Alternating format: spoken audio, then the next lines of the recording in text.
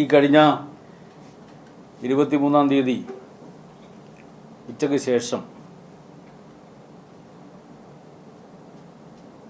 V Kunhikrishnan ഏഷ്യാനെറ്റിന് നൽകിയിട്ടുള്ള പ്രത്യേക അഭിമുഖത്തിലൂടെ party ശത്രുക്കളുടെ കോടാലിക്കൈയായി മാറിയിരിക്കുകയാണ്. അഭിമുഖം കൊടുക്കുന്ന സമയത്ത് BJPയുടെ അധ്യക്ഷനായിട്ടുള്ള രാജീവ് ചന്ദ്രശേഖരൻ്റെ സ്വന്തം ചാനൽ തന്നെ തിരഞ്ഞെടുത്തത് യാദൃശ്ചികമായിട്ട് പാർട്ടി കാണുന്നില്ല.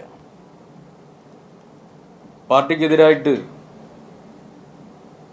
അജണ്ട സെറ്റ് ചെയ്ത് ചാനൽ ചർച്ചയും മറ്റും സംഘടിപ്പിക്കുന്ന ആളെ തന്നെ അതിനുവേണ്ടി നിയോഗിച്ചതും യാദൃശ്ചികമാണ് എന്ന് പാർട്ടി കാണുന്നില്ല. അജണ്ട സെറ്റ് ചെയ്തുകൊണ്ടുള്ള അഭിമുഖമാണ് കഴിഞ്ഞ 23-ാം തീയതി സംഘടിപ്പിച്ചിട്ടുള്ളത്. സെറ്റ് ചെയ്ത അജണ്ട, തിരഞ്ഞെടുത്ത സമയം, തിരഞ്ഞെടുപ്പ് വരാൻ വേണ്ടി പോവുകയാണല്ലോ. ഇപ്പോൾ കൃത്യമായി സമയം തിരഞ്ഞെടുത്ത് അജണ്ട സെറ്റ് ചെയ്ത് തയ്യാറാക്കിയ അഭിമുഖമാണ് കഴിഞ്ഞ 23-ാം തീയതി ഏഷ്യാനെറ്റ് സംപ്രേഷണം ചെയ്യുകയും അതിനെ തുടർന്ന് മറ്റ് ചാനലുകളും മറ്റും അത് ഏറ്റുപിടിക്കുകയും ചെയ്തിട്ടുള്ളത്. ഉന്നയിക്കപ്പെട്ട കാര്യങ്ങളിൽ പ്രധാനപ്പെട്ട വിഷയങ്ങളെല്ലാം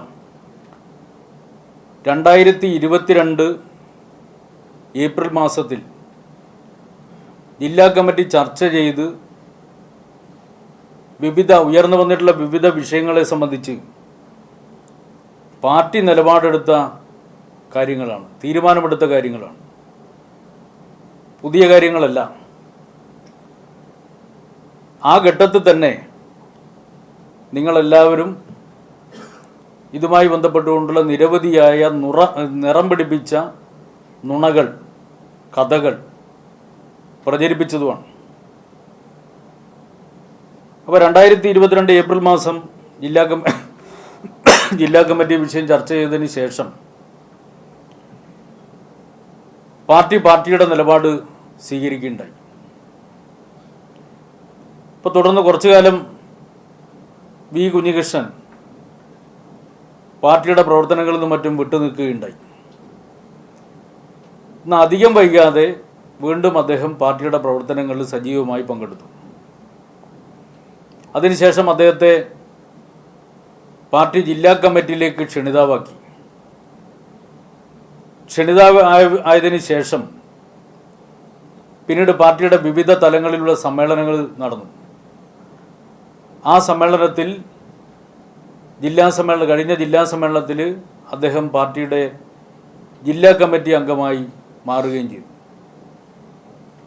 അപ്പോൾ 2022 ഏപ്രിൽ മാസത്തിൽ ചർച്ച ചെയ്ത് തീരുമാനിച്ച വിഷയം, അതുമായി ബന്ധപ്പെട്ട് ഇപ്പോൾ മാധ്യമങ്ങളുടെ മുമ്പാകെ വി കുഞ്ഞികൃഷ്ണൻ പറഞ്ഞ കാര്യങ്ങൾ അന്ന് പാർട്ടിക്കകത്ത് അദ്ദേഹം ഉന്നയിച്ചതാണ്.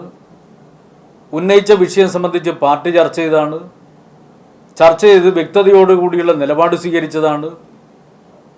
ആ നിലപാടിനെ തുടർന്ന് അദ്ദേഹം വീണ്ടും പാർട്ടിയുടെ വിവിധ പ്രവർത്തനങ്ങളിൽ സജീവമായതാണ്. പാർട്ടി ജില്ലാ കമ്മിറ്റിയിലേക്ക് ക്ഷണിതാവായി വന്നതാണ്. ജില്ലാ കമ്മിറ്റി അംഗമായി മാറിയതാണ്.